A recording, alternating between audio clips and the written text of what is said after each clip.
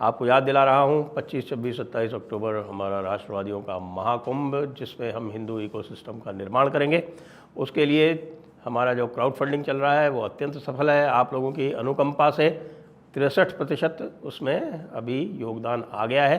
आप सभी से अनुरोध है, कृपया इस योगदान को शीघ्र 100% करें।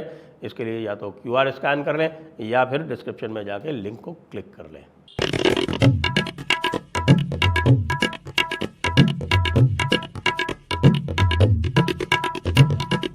नमस्ते, आप सभी का स्वागत है आज के इस कार्यक्रम में। और आज हम बात करेंगे पश्चिम बंगाल की। हमारे साथ हैं देवदत्त माझी जी। आपका स्वागत है देवदत्त जी। नमस्कार, धन्यवाद। आपके यहाँ आज बंगाल बंद चल रहा है, कल नवन्ना अभियान चल रहा था, तो अब इससे क्या कोई ममता दीदी की सेहत पे कोई असर पड़ रहा है या नहीं पड़ रहा है? जी, अवश्य पड़ रहा है, क्योंकि बहुत समय बाद कोई राजनीतिक दल ने बंगला बंद का आह्वान किया और सभी प्रकार के लोग इसको समर्थन कर रहे हैं। आज 12 घंटा का जो बंद है वो सक्सेसफुल है और ममता जी का सेहत पर और उनका दिमाग पर तो असर हुआ ही है काफी पहले से, अभी सेहत पर भी असर पड़ रहा है। क्योंकि कल तो जो नवन्ना अभियान था उसमें तो बहुत अधिक फोर्स का प्रयोग किया गया। तो सुप्रीम कोर्ट ने तो ये कहा था कि साहब अधिक का जो है पीसफुल प्रोटेस्टर्स पे आप फोर्स का प्रयोग नहीं करेंगे। तो प्रोटेस्टर्स तो पीसफुली थे, तो इतना फोर्स का प्रयोग करने का क्या आवश्यकता था? देखिए, जो कि प्रोटेस्टर्स पीसफुल थे इसलिए उन पर बल का प्रयोग किया गया। आप आरजी कर पर जिस दिन सीज हुआ, तांडव हुआ, उस दिन 6-7 हजार बदमाश आरजी कर के अंदर घुसे और पूरा तहस नहस कर दिया। उस दिन पुलिस का एक डंडा दिखाई नहीं दिया, एक डंडा दिखाई नहीं दिया पुलिस का। जिस दिन आरजी कर का के अंदर जितना प्रमाण था उसको बर्बाद करने के लिए, उसको डिस्ट्रॉय करने के लिए 6-7 हजार बदमाश, उनमें से ज्यादातर 95% उनमें से जिहादी थे, वो सब जब आरजी कर के ऊपर हमला किया उस समय एक पुलिस का डंडा नहीं दिखा, ना एक टीयर गैस का शेल दिखाई दिया। पर कल साधारण जनता, आम लोग, स्टूडेंट्स लोग, ये लोग पीसफुल प्रोटेस्ट कर रहे थे एक बहुत ही सॉलिड ग्राउंड के ऊपर, फिर भी पुलिस उनके ऊपर लाठीचार्ज किया बुरी तरीके से। टीयर गैस शेल पता नहीं हजारों उन्होंने यूज किया और वाटर कैनन भी यूज किया। हजारों आम लोग घायल भी हुए, यहाँ तक कि महिला के ऊपर भी इतना बल प्रयोग जो कल हम लोग को दिखाई दिया, बहुत समय से ऐसा बंगाल कभी देखा नहीं है। जी, तो कल जो प्रोटेस्ट थे तो नवन्ना की तरफ वो जो ओल्ड हावड़ा ब्रिज है और जो न्यू ब्रिज है, दोनों तरफ से थे या कि एक ही तरफ से जा रहे थे? किधर से जा रहे थे? नहीं, दोनों तरफ से लोग जा रहे थे। नया ब्रिज से भी जा रहे थे, पुराने से भी जा रहे थे, और हावड़ा के जो उस पार है, मतलब नवन्ना हावड़ा में आता है, हावड़ा का जो ग्रामीण क्षेत्र है और बाकी जो नेशनल हाईवे से भी लोग आ रहे थे। पर हर जगह पुलिस ने बैरिकेड किया और अपना फोर्स पूरा यूज किया, निहत्थे जनता के ऊपर फोर्स यूज किया। और ये हमको लगता है इस पर सुप्रीम कोर्ट का कुछ कार्रवाई होना चाहिए इस टीएमसी सरकार के ऊपर और पुलिस प्रशासन के ऊपर, कि पुलिस प्रशासन जो लोग लूट करने आते हैं, दंगा करने आते हैं, तब इनका लाठी दिखाई नहीं देता है। जब पीसफुल प्रोटेस्ट होता है, एक बच्ची, हमारे समाज का बच्ची, एक डॉक्टर, गरीब माँ बाप का सुना थी, वो उसको इतनी बुरी तरीके से उसका बलात्कार करके उसका पेल्विक बोन तोड़ के उसका हड्डी टूट गया, कॉलर बोन टूट गया, पता नहीं, और उसके साथ कितना निर्मम अत्याचार हुआ। उसको जो ये लोग मार डाला, उसको लेके जनता रुष्ट है, जनता पीसफुल प्रोटेस्ट कर रहा है, आगे आ रहा है। ऐसा ही समाज होना चाहिए, अन्याय के खिलाफ जनता को आवाज उठाना चाहिए, और उस आवाज को ये लोग दबाना चाहते हैं, दबा रहे हैं। और मुझे लगता है कि सुप्रीम कोर्ट को कुछ कार्रवाई इसके ऊपर अवश्य करना चाहिए। आज मैंने सुना, आज अभी थोड़ी देर पहले, जो माननीय राष्ट्रपति हैं द्रौपदी मुर्मू जी, उन्होंने कहा कि मैं निराश हूँ और भयभीत हूँ, अब बहुत हो गया। तो ये क्या संकेत है? देखिए, ये तो संकेत इतना अलार्मिंग सिचुएशन है कि देश के राष्ट्रपति, ऑनरेबल राष्ट्रपति, उनका भी बयान आना शुरू हो गया है। तो आम जनता यहाँ पर बहुत निराश है, हताश है। उनका जो गला है, उनका जो स्वर है, उनका जो मूवमेंट है, इसको दबाया जा रहा है। और काफी देर हो जा रहा है, क्योंकि हमने पोस्ट पोल वायलेंस देखा 2021 का, कितना निर्ममता से हजारों लाखों लोगों को बेघर किया गया। उसके बाद अभी भी जो लोकसभा का चुनाव हुआ, इसमें भी कितना बुरी तरीके से साधारण लोग जिनको कुछ लेना देना नहीं है, उनके ऊपर भी अत्याचार हुआ। और अब ये तो हर सीमा पार हो चुका है। तो मुझे लगता है देश के जो बड़े लोग हैं, आम जनता तो अपना आवाज उठाना चाहता है। बड़ा लोग जो है, इनको अपना मुझे आशा है और पूरा भरोसा है कि ये लोग कुछ कार्रवाई करेंगे, तो कुछ होना चाहिए। इसमें एक कुछ लोग ऐसा बोलते हैं कि साहब कि कोई प्रेसिडेंट रूल लगाने से कोई फायदा नहीं होगा, क्योंकि ममता दीदी फिर से चुन के आ जाएगी तो और ज्यादा अत्याचार करेगी। आप क्या सोचते हैं? देखिए, प्रेसिडेंट रूल अगर इम्प्लीमेंट करके अगर चुनाव होता है, और पुलिस जो है ये अगर सेंट्रल गवर्नमेंट के ऑब्जर्वेशन में रहता है, तो मुझे पूरा भरोसा है कि ममता बनर्जी और दोबारा चुन के आएगी नहीं, हार जाएगी। क्योंकि वो इतना रिगिंग, इतना प्रॉक्सी वोटिंग, और लोगों को डरा के घर से निकलने नहीं देते हैं वोटिंग वाले दिन। अगर उस चीज को हम लोग एड्रेस कर लिए, काउंटर कर लिए, तो ममता बनर्जी इलेक्शन नहीं जीतेगी। और प्रेसिडेंट रूल लगा दिया जाए, तो क्योंकि उनका टीएमसी के जो गुंडा बाहिनी है, जो गुंडे हैं, उसका ताकत और बढ़ जाता है जब पुलिस उनके साथ होता है। तो पुलिस का यह एक बड़ा रोल है। सीपीएम का समय में भी हमने देखा, और अभी ममता का समय में भी हम लोग इसको टॉलरेट करना पड़ रहा है इस पुलिस को। क्योंकि ये हमने भी देखा कि ये डर के मारे बहुत सारा लोग जो है, खास तौर से अब तो कोलकाता में भी लोग कहते हैं कि जो सोसाइटी का लोग है वो निकल के वोट देने नहीं जाता, इतना डरता है। ये बात सही है क्या? एकदम सही है। जो हाई राइजेज है, जहाँ पर विशेषकर थोड़े मिडिल क्लास या अपर मिडिल क्लास लोग रहते हैं, वो लोग तो वोट देने से वो लोग को रोका जाता है। उनके घर के नीचे, बिल्डिंग के नीचे जो टीएमसी के गुंडे हैं, ममता बनर्जी और अभिषेक बनर्जी के जो गुंडे हैं, ये लोग उनको वोट देने से रोकते हैं।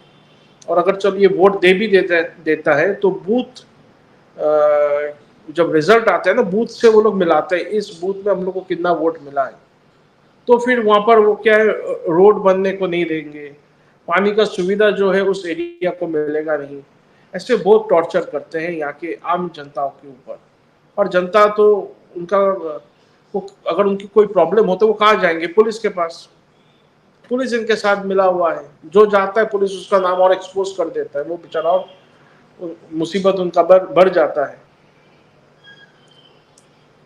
तो ये अभी जो चल रहा है इसमें, तो ये एक बात और भी सामने आ रही है कि साहब की ममता दीदी और अभिषेक में भी कुछ डिफरेंसेस हो गए हैं, और जो अभिषेक के गुट वाले जो हैं वो इस कांड के विरोध में बोल रहे हैं। देखिए, इट हार्डली मैटर्स, मैं इसको उतना इम्पोर्टेंस नहीं देता हूँ, क्योंकि मुझे लगता है ये उनका आपस का एक षड्यंत्र भी हो सकता है, ताकि उनके जो विरोधी है ये इस आनंद में रहे कि ममता और उनके भतीजे में लड़ाई है, तो हम लोग को शायद कुछ इस बीच में एडवांटेज मिलेगा। पर मैं ऐसा समझता नहीं हूँ। मैं बिलीव करता हूँ, मैं पूरा ये मानता हूँ कि ममता और उसके भतीजा एक है, दोनों मिला हुआ है। अगर दोनों में कुछ अनबन है तो वो लोगों को दिखाने के लिए है, ये उनका एक स्ट्रैटेजी है। तो मैं उसको इतना ये मानता ही नहीं हूँ। मेरे को तो लगता है दोनों एक साथ है, एक है, और एक से बढ़ के एक है, कोई कम नहीं है दोनों में। जी, तो अभी आपको क्या लग रहा है कि ये जो देखिए मूवमेंट जो चला है, इसको क्या ममता दीदी सफल हो जाएगी इसको तोड़ने में? देखिए इस मूवमेंट को तो ममता ऐसे तोड़ नहीं पाएगी, क्योंकि इनमें, इस मूवमेंट में आम जनता का इन्वॉल्वमेंट, अपॉलिटिकल जो लोग हैं, नॉन पॉलिटिकल लोग हैं, इनका इन्वॉल्वमेंट बहुत ज्यादा है। इसको ममता बनर्जी तोड़ नहीं पाएगी, कोई भी इसको तोड़ नहीं पाएगा। और प्रयास तो किया जा रहा है तोड़ने का, तो इसको इसलिए और तोड़ नहीं पाएगा क्योंकि इसमें जो एजुकेटेड क्लास है वो भी इसमें इन्वॉल्व है, जो गरीब लोग हैं वो भी इसमें इन्वॉल्व है। इसमें समाज के हर श्रेणी के लोग इस मूवमेंट के साथ अपने आप को जोड़ लिया है। हाँ, यहाँ पर ऐसा है कि जो कि पुलिस एक बड़ा रोल प्ले करता है, फिर भी मैंने काफी पुलिस वालों से बात किया, उनके परिवार जो है, उन परिवार भी ये इस मूवमेंट को सपोर्ट कर रहा है। बहुत सारे ऐसे पुलिस है जिनके परिवार भी इस मूवमेंट को सपोर्ट कर रहा है, क्योंकि उनको पता है कि मेरा भी बेटी कल जाके जब मेरा पति रिटायर हो जाएगा, या मेरा जो ग्रैंड चिल्ड्रन है उनके साथ इससे भी बुरा हाशर होने वाला है। अभी मैं देख रहा हूँ कि सामने चल रहा है मेरे कि ममता दीदी जो है वो कोई छात्र परिषद के कोई कार्यक्रम में भाषण दे रही है कि मोदी जी सुन लो, अगर आप बंगाल को जलाओगे तो फिर नॉर्थ ईस्ट भी जलेगा, झारखंड भी जलेगा, बिहार उड़ीसा भी जलेगा, यूपी भी जलेगा, दिल्ली भी चलेगा, और हम तुमको जो है गद्दी से उतार देंगे। देखिए ये थ्रेट तो ममता देती रहती है, और मैं इसका थ्रेट को हल्के में भी नहीं लेता हूँ। ममता बनर्जी ये बहुत शातिर पॉलिटिशियन है। लोग हंसते हैं इनका बात को लेकर, इनका जो बहुत सारे मूवमेंट है, इसको इसके ऊपर लोग जोक्स भी बनाते हैं, पर मुझे ये लगता है ये सब ये पर्पसली करती है। इसका कोई बात को मैं लाइटली लेता नहीं हूँ। तो देखिए जो फार्मर्स प्रोटेस्ट मूवमेंट था, इसमें हम सबको पता है, आपका माध्यम से भी हमको पता चला कि डीप स्टेट का एक बड़ा रोल रहा है। बांग्लादेश का मूवमेंट में भी डीप स्टेट का बड़ा रोल रहा है। उसी तरह अगर ममता बनर्जी के साथ डीप स्टेट का हाथ हो, उनके साथ डीप स्टेट का सपोर्ट हो, तो मैं शॉक नहीं होऊंगा। ये बहुत नेचुरल है, ये हो ही सकता है ममता के लिए, क्योंकि आपको पता होगा, आपको ये जो अहमद हसन इमरान है, मैं बार बार ये बोलते रहता हूँ, वो सिमी का फाउंडर प्रेसिडेंट था, student Islamic movement of India का फाउंडर प्रेसिडेंट था। वो पाकिस्तानी नेशनल था, 1971 के बाद वो भारत आया था। तो उसको ममता बनर्जी राज्यसभा का मेंबर बना के पार्लियामेंट में भेजता है, राज्यसभा में भेजता है। तो उसके पीछे क्या, वो तो मास लीडर नहीं था, ना ही वो अरबपति था कि बड़ा डोनेशन दिए उसको बना दिया। तो जो सिमी का फाउंडर प्रेसिडेंट है, बैंड ऑर्गेनाइजेशन है जिसके साथ पीआईएफ का इन्वॉल्वमेंट रहता है, जो पाकिस्तानी नेशनल है, ऐसा व्यक्ति को ममता अगर मेंबर ऑफ पार्लियामेंट राज्यसभा से बनाती है, उनके विरोध में मैंने पीआईएल वगैरह किया था, फिर ममता ने उसका नाम दोबारा प्रपोज नहीं किया, वो अलग बात है। बट तो ममता के साथ भी जो एंटी नेशनल ग्रुप्स है भारत के बाहर और अंदर, इनके साथ ममता बनर्जी का एक अच्छा अंडरस्टैंडिंग है, ऐसा मुझे व्यक्तिगत तौर से लगता है। नहीं तो इमरान को राज्यसभा से एमपी बनाने का कोई लॉजिक नहीं दिखता है हमको। अच्छा, ये जो बांग्लादेश का सिचुएशन को भी आज कंपैरिजन किया कि भाई देखो बांग्लादेश अलग राष्ट्र है, बंगाल अलग राष्ट्र है, ऐसा बोला। और ये कहता है कि साहब कि कुछ लोग सोच रहे हैं कि जैसे बांग्लादेश में हुआ वैसा बंगाल में हो जाएगा, तो मैं वार्निंग देती हूँ कि नॉर्थ ईस्ट जलेगा, ये जलेगा, वो जलेगा। तो इतना खुल के जो है वो इस तरह की जो बात कर रही है, तो अब आपको क्या लगता है, राष्ट्रपति शासन अगर लग जाए 6-8 महीने के लिए, तो क्या ममता दीदी के तेवर ढीले पड़ जाएंगे या और ज्यादा बदमाशी होगी, या कि जो गुंडे जो है देखिए उनके और ज्यादा उत्पात करेंगे? देखिए जिसकी मतलब लाठी उसकी भैंस। सेंट्रल फोर्स काम करेगा या पर राष्ट्रपति शासन लागू होगा, 200-300 गुंडे को, जो गुंडे हैं जो लोगों के ऊपर अत्याचार करते हैं, ऐसे कुछ क्रिमिनल्स को उठा के बंद कर देंगे, बढ़िया से उनका ट्रीटमेंट होगा, तो कोई और रोड में उतरेगा नहीं, कोई कुछ चूचा नहीं करेगा। फर्स्ट प्रायोरिटी है हमारे देश के जो नागरिक हैं, ये सेफ एंड सिक्योर्ड है कि नहीं, पीसफुल है कि नहीं, पीस है कि नहीं समाज में। तो ये लोग समाज में तो पीस रहने नहीं दे रहे हैं। तो पीस लाने के लिए, शांति लाने के लिए अगर सेंट्रल को कुछ स्ट्रॉन्ग स्टेप लेना पड़े, तो यहाँ की आम जनता इसको वेलकम करेगा, साथ देगा। अभी बांग्लादेश में क्या सिचुएशन चल रहा है? देखिए सिचुएशन तो डिटोरेट कर रहा है, क्योंकि हमारे साथ बांग्लादेश के लोगों का हर समय बातचीत हो रहा है, प्रोग्रेस नहीं हो रहा है वहाँ पर कुछ। ऐसा नहीं है कि बेटर हो रहा है, एकदम नहीं है। सिचुएशन डिटोरेट कर रहा है, खराब हो रहा है। और हम लोग को ट्विटर में दिखाई दिया कि हमारे माननीय प्रधानमंत्री जी ने भी यूएस काउंटर पार्ट से बातचीत किया रिगार्डिंग बांग्लादेश।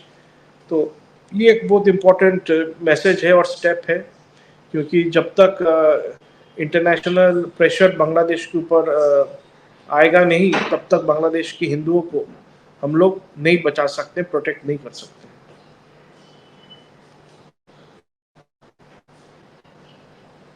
अभी जो बांग्लादेश में नई तरह की हिंसा आरंभ हो गई है कि जो लोग सरकार में हैं, अभी जो अंतरिम सरकार बनाई गई तथाकथित स्टूडेंट्स के दबाव में, अब वो स्टूडेंट्स उसी सरकार के विरोध में खड़े हो गए। पर इसका संख्या धीरे धीरे बढ़ रहा है, इसका संख्या धीरे धीरे बढ़ रहा है। और ये अगर मतलब इसको मोमेंटम गेन करने में हमको लगता है समय लगेगा, या उसके पहले ये लोग को क्रश कर देंगे। क्योंकि जो अभी केयर टेकिंग गवर्नमेंट है या इंटरिम गवर्नमेंट है, ये लोग बड़े पावरफुल है और इनके साथ बाकी देशों का भी साठ गांठ है। इसमें बांग्लादेश के जो प्रोटेस्टर्स है, अभी के जो प्रोटेस्टर्स है, उनका सेंटिमेंट यहाँ पर ज्यादा, हमको लगता नहीं ज्यादा काम करेगा। तो फिर आगे कैसे क्या होगा इसमें? एटलीस्ट 15 दिन, 1 महीना तक तो ज्यादा काम नहीं करेगा। इसको मोमेंटम लेने में समय लगेगा। और मुझे लगता है कि ये जो इंटरिम गवर्नमेंट है, ये इस ग्रुप को मोमेंटम लेने नहीं देंगे, मुझे ऐसा लगता है। पर हो भी सकता है, सभी मतलब भगवान का अगर आशीर्वाद रहा तो कुछ भी हो सकता है। मतलब क्या ये सरकार बदल के फिर से हसीना वापस आ सकती है? नहीं, देखिए हसीना का वापस नॉर्मल भी तो वो आएगी नहीं, क्योंकि बांग्लादेश के, मुझे जो लगता है बांग्लादेश के ज़्यादातर लोग जो है वो एक बड़ा सेक्शन जो है वो भारत विरोधी है। वो नहीं चाहते हैं कि भारत के साथ बांग्लादेश का जो गुड रिलेशन है ये हो, जो फ्रिंज एलिमेंट है। पर बांग्लादेश की जो फ्रिंज एलिमेंट है, इसका संख्या भी करोड़ों में है। मुश्किल ये है। और जो पीसफुल लोग हैं जो चाहते हैं भारत के साथ उनका संपर्क रहे, वो तो पीसफुल है, वो तो ज़्यादा वायलेंस कर नहीं सकते। तो वायलेंस करने वालों की यहाँ पर जीत हो रही है। अभी जो सिचुएशन है, जो वायलेंस करेगा उसका ही आगे उसी का बोल चलेगा। अगर कुछ international pressure, solid pressure Bangladesh के ऊपर नहीं अप्लाई किया गया तो मुझे नहीं लगता है सॉल्यूशन इतना क्विक एंड इजी होगा। आपको क्या लगता है, भारत को वहां पर हस्तक्षेप करना चाहिए? मुझे तो व्यक्तिगत तौर से मुझे तो लगता है एकदम भारत को उसमें भारत का एक बड़ा रोल होना चाहिए और बड़ा रोल होना चाहिए, क्योंकि बांग्लादेश के जो हिंदू है जो मार खा रहे हैं, मर रहे हैं, जिनके साथ बलात्कार हो रहा है, उनका सब कुछ लूट लिया जा रहा है, जो मतलब अनुभव नहीं कर सकता, I am very sorry to say, वो कुछ भी अनुभव नहीं कर सकता। तो ये अगर कोई अनुभव करे तो उनको ऐसा लगेगा कि कितना सिचुएशन सैड है, दुखद है। जो लोग हमारे ही नागरिक साथ थे, हम लोग एक ही देश के नागरिक थे, अचानक एक रात के बाद उनको जब सो के उठते उनको पता चलता है कि वो पाकिस्तान का नागरिक है और उनके ऊपर अत्याचार शुरू हो जाते हैं, तो उनका कोई दोष नहीं है इसमें।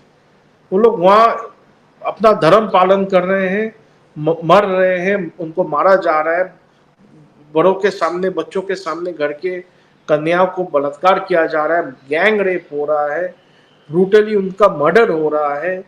तो भारत तो उसमें उनका रोल होना चाहिए, उनको प्रोटेक्शन एकमात्र भारत ही दे सकता है। भारत को सबसे ज्यादा आवाज उठाना चाहिए, उठा भी रहा है, पर फिजिकल इन्वॉल्वमेंट भी होना चाहिए। नहीं तो बांग्लादेश हम लोग के लिए एक और पाकिस्तान से भी ज्यादा सिर दर्द का कारण बनेगा। अभी वहाँ पे एक नया नैरेटिव चलाया जा रहा है कि साहब कि ये उनके यहाँ बहुत बाढ़ आई है। वो बाढ़ तो हर साल आती है उनके यहाँ, और बाढ़ में जो है वो भारत ने जानबूझ के पानी छोड़ दिया, एक तरफ उधर त्रिपुरा में और इधर फरक्का से। देखिए, बाढ़ तो आपने ठीक कहा, हर साल आता है, तो ये तो नेचुरल है। अगर वो भारत के ऊपर दोष दे रहा है कि भारत ने ऐसा किया है, तो भाई आप भारत के साथ क्यों लग रहे हो, क्यों उलझ रहे हो? अगर आप भारत के जगह में होते, यानी कि जो बांग्लादेशी एलिमेंट्स है, अगर आप भारत के जगह में आप होते, आप क्या ये नहीं करते? आप नॉर्मल सिचुएशन ही भारत को तबाह कर देते। अगर आपके हाथ में रहता कि हम अपना डैम को हल्का कर देंगे, भारत खत्म हो जाएगा, तो कब का बांग्लादेश कर चुका होता है। भारत तो रेस्ट्रेन रखता है अपने आप को, कंट्रोल रखता है, मतलब जरूरत से ज्यादा पीस मेंटेन करने का जो कमिटमेंट है। अगर सब कॉन्टिनेंट में कोई देश है, मतलब एशिया में कोई देश है, तो वो भारत ही है। सबसे ज्यादा पीस अगर मेंटेन करने का जो बोझा है, ये भारत ही लेके रखा है। ऐसा नहीं है, तो बांग्लादेश को तो थोड़ा फिर सोच समझ के और ज्यादा ज्यादा चलना चाहिए कि हमको तो हथियार का इस्तेमाल नहीं करना पड़ेगा, अपना डैम से ही हम कंट्रोल कर सकते हैं। पर ऐसा नहीं है, हर साल बांग्लादेश में फ्लड्स होते हैं, उनको नुकसान होता है। भारत में भी फ्लड्स होता है, बंगाल, त्रिपुरा, आसाम में भी फ्लड्स होते हैं। ये तो इस एरिया का ज्योग्राफिकल सिचुएशन के कारण फ्लड्स होते हैं। अभी ये समाचार आया, कल मैंने इसके ऊपर पोस्ट भी किया था एक ट्विटर पे, कि 11 अगस्त को परेश बरुआ म्यांमार से क्रॉस कर गया बांग्लादेश में, और उसको ढाका ला के सेफ हाउस में रखा गया है। और जो इनके एडवाइज़र है, लॉ एडवाइज़र आसिफ नजरुल, उनसे मुलाकात भी किया है और अभी ढाका में ही है।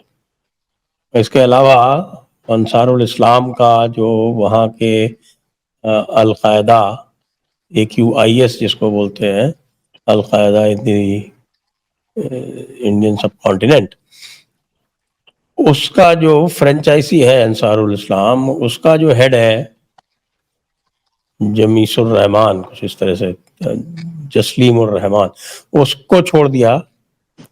उसके अलावा जो 10 ट्रक जो पकड़े गए थे, उसमें जो डेथ रो पे लोग जो थे, जो डेथ असला जा रहा था, एक्सप्लोजिव जा रहा था उल्फा को, वो जो पकड़ा गया था, उसमें जो लोग डेथ रो पे थे उनको भी छोड़ने की तैयारी चल रही है। तो ये तो बांग्लादेश पूरी तरह से एक एंटी इंडिया वाला मामला जैसे पाकिस्तान ने कर रखा है वही काम कर रहा है। आप क्या सोचते हैं? एकदम।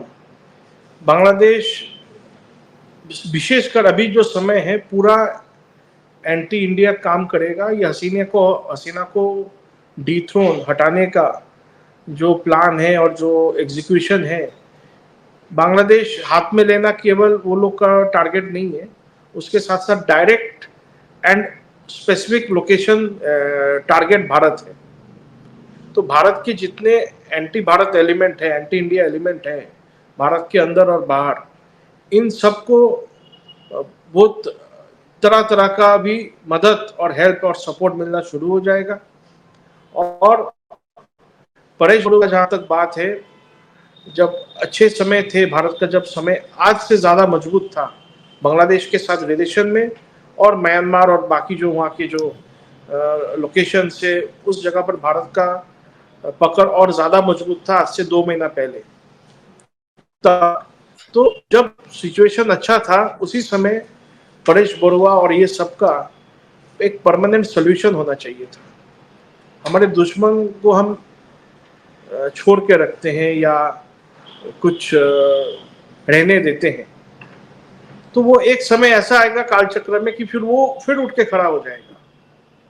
तो हमारे जो धर्मशास्त्र है, हमारे जो रामायण है, महाभारत है, इससे अगर हम लोग थोड़ा सा सीख ले और हम अपने दुश्मन को, शत्रु को, जो हमारे देश को, पर्सनल एनिमी नहीं, वो हमारे देश का शत्रु है, तो उनको अगर हम ठीक तरीके से उनको अगर ट्रीटमेंट नहीं देते हैं, उनका खातिरदारी नहीं करते हैं सही तरीके से, तो फिर एक दिन आएगा वो फिर हमारा और हमारे फ्यूचर जनरेशन का सिर दर्द का कारण बनेगा।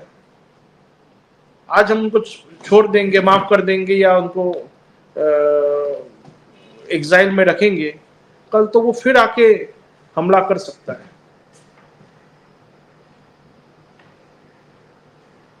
हाँ बिल्कुल वो कर सकता है। और जो ये अलकायदा वगैरह वाला जो है, ये तो अमेरिका अगर सोचता है कि ये जो इस्लामिस्ट हैं वो अमेरिका को चैन से जीने देंगे, तो आप ये देखिए पाकिस्तान में क्या हो रहा है। वहाँ चीन ने इतना इन्वेस्टमेंट किया, वो सारा का सारा जो है वो खराब हो गया। एकदम। और यूएसए में जो ट्विन टावर पर स्ट्राइक हुआ था, फिर जो एयर स्ट्राइक्स हुआ था, वो जो मोहम्मद आटा वगैरह किया था, ये तो कोई मतलब वहाँ के लोकल तो उस तरीके से तो थे नहीं, दुनिया भर से वो लोग जिहाद के नाम पर जाके अमेरिका पर अटैक किया था। हमारे जो कश्मीर में भी जो वायलेंस हुआ है, जो टेररिज्म हुआ है, इसमें दुनिया भर के, सोमालिया से मुसलमान आके जिहाद किया, Libya, Syria, Kuwait, Iran, Iraq, हर जगह से आके ये लोग जिहाद किया। तो बांग्लादेश भी कोई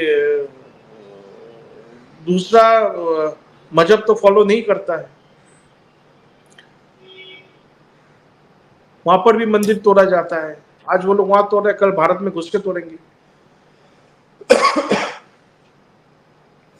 अभी एक आपने देखा कि एक वहाँ एक जर्नलिस्ट है सलाउद्दीन शोएब चौधरी, वो राहुल गांधी और सोनिया गांधी और ये जो पूरा जो गांधी परिवार है इसको लेकर लगातार खुलासे कर रहे हैं। राइट। तो वो जो खुलासे कर रहे हैं वो तो बड़े गंभीर हैं, लेकिन भारत में कोई उसकी विशेष प्रतिक्रिया मैं नहीं देख रहा हूँ। हाँ, क्योंकि क्या क्या होना यहाँ के चाहिए? जो, देखिए यहाँ तो प्रतिक्रिया बोध होना चाहिए। यहाँ तक कि मतलब मुझे लगता है राहुल गांधी जो हमारे देश के दुश्मन है, और खाली देश के दुश्मन नहीं, वो लोग इंटरनेशनल मार्क्ड टेररिस्ट है, क्रिमिनल्स है। उनके साथ अगर उनका इस तरह से मिलना, तो राहुल गांधी के ऊपर सख्त से सख्त कार्रवाई भारत में होना चाहिए, क्योंकि भारत के दुश्मन के साथ वो मिल रहे हैं, उनके साथ उनका प्लानिंग हो रहा है। तो मुझे तो थोड़ा बहुत आश्चर्य होता है कि जिसके विरोध में इतने एविडेंसेस है, तो उनके ऊपर कार्रवाई तो होना चाहिए। क्योंकि सबसे ज़्यादा इम्पोर्टेंट है देश का नेशनल सिक्योरिटी, देश के लोगों का जो सिक्योरिटी है वो मेन है। तो कौन क्या सोचेगा, कौन देश क्या सोचेगा, फिर कौन पार्टी क्या सोचेगा, इसको लेकर खाली बैठा रहने से नहीं होगा। अभी समय आया और ये मोदी जी नहीं कर पाएंगे, मतलब करेंगे, हाँ, तो नहीं होगा। मोदी जी, मतलब अगर कोई जनता आशा करता है तो मोदी जी से आशा करता है। तो मुझे लगता है मोदी जी कुछ ना कुछ तो अवश्य करेंगे, कि he is our last hope हिंदुओं के लिए, मुझे ऐसा लगता है। जी, इसमें ये भी देखने में आ रहा है कि एक तरफ तो सारे जो हैं हमारे जो बांग्लादेशी जो हैं वहाँ एंटी इंडिया माहौल बढ़ता दिख रहा है, और दूसरी तरफ वो 1-1 किलोमीटर लंबा क्यू लगा रहा है। तो क्या हमको इनके लिए वीज़ा बंद नहीं कर देना चाहिए? वीज़ा के लिए 1-1 किलोमीटर लंबा एकदम क्यू लगा रहा है, और जो इनके एकदम जो दूसरे जो तत्व हैं जो इनको कार्रवाई नहीं कर रहे हैं या कर रहे हैं, तो उनके ऊपर भारत को वीज़ा रेस्ट्रिक्शंस क्यों नहीं लगाना चाहिए, इनके जो बड़े लीडर्स हैं इस तरह के? मुझे तो एकदम लगता है, और मैंने इस विषय पर ट्वीट भी किया, कि बांग्लादेश से जो भारत में आना चाहते हैं लोग, उनके ऊपर एकदम टोटल वीज़ा पर रोक लगा देना चाहिए।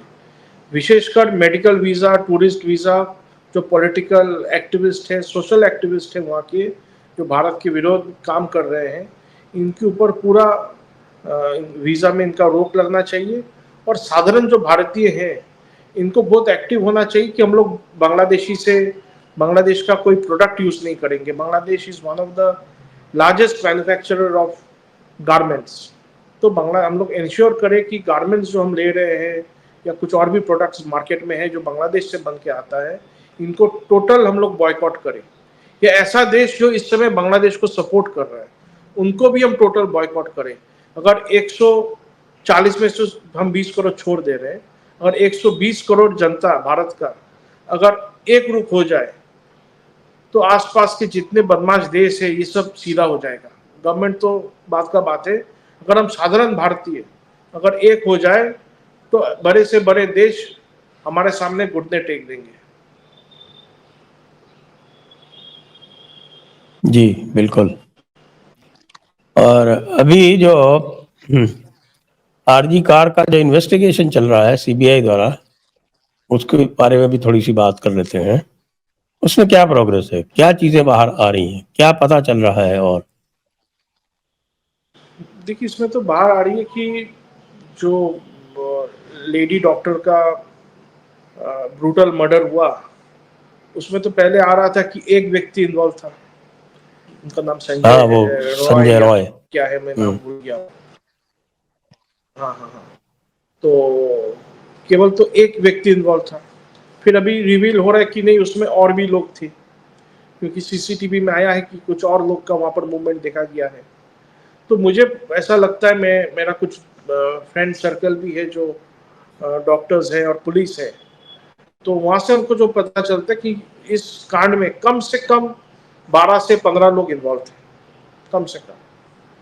तो 12 से और हमें 15? आशा है कि जी 12 से 15 लोग इसमें इन्वॉल्व थे।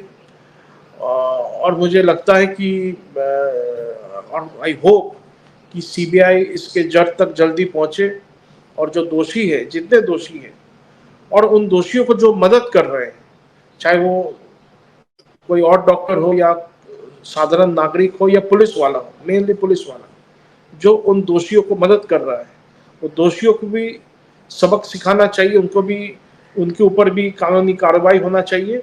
और जो पुलिस उन लोग को मदद कर रहा है एविडेंस को बर्बाद करने के लिए, और जो नेता उनको मदद कर रहा है, इन सबको भी, इनके ऊपर भी कानूनी कार्रवाई होना चाहिए, इन सबको अरेस्ट करना चाहिए।